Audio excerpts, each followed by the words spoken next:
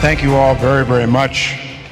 I have to admit, this is the first time in my 64 years of life that my name in the alphabet got me first in the batting order.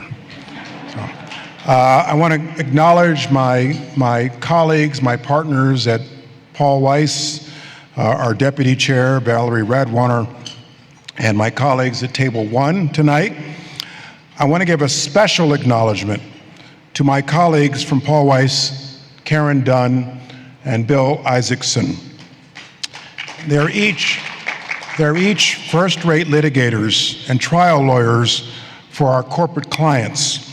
But 10 days ago, at the risk of their own personal safety, they obtained the plaintiff's verdict in the civil trial in which they represented the victims of the violence that occurred at the Unite the Right rally in Charlottesville in 2017.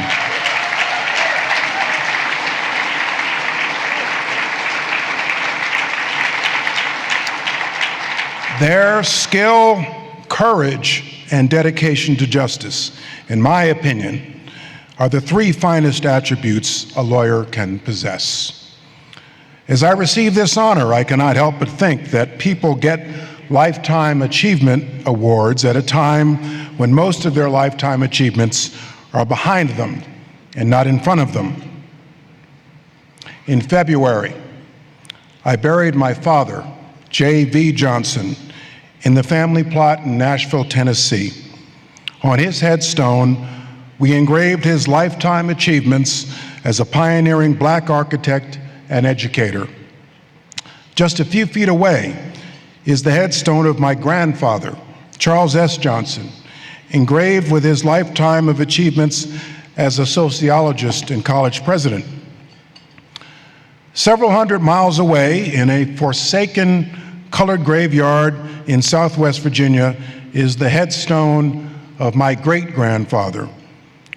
Born a slave, Charles H. Johnson was emancipated as a boy, taught himself multiple languages, put himself through college, and became a Baptist preacher. It is recorded in the history books that in 1893, Reverend Johnson, a small man with a big voice, once confronted a lynch mob and condemned them to eternal fire and brimstone as punishment for their crime. As described by his son, the sociologist, Reverend Johnson was a devoutly religious Baptist minister who had both the will and the way of translating religious convictions into useful and pioneering social action. Reverend Johnson pastored his church in Bristol, Virginia for 42 years before he died in 1932. On his headstone, there are just three simple words: a good life. As I get older, I have learned that the measure of a good life is not defined by awards and accolades from the highest echelons of society, a client list, the number or size of courtroom victories, M&A deals, honorary degrees, or even profits per partner.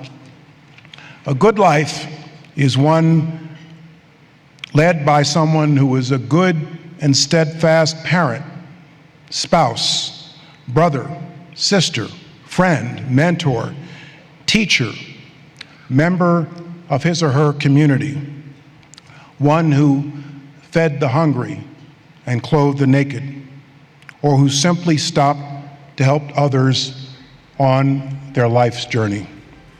I'm honored by this award, and I hope I deserve it. I hope I've led a good life also. Thank you.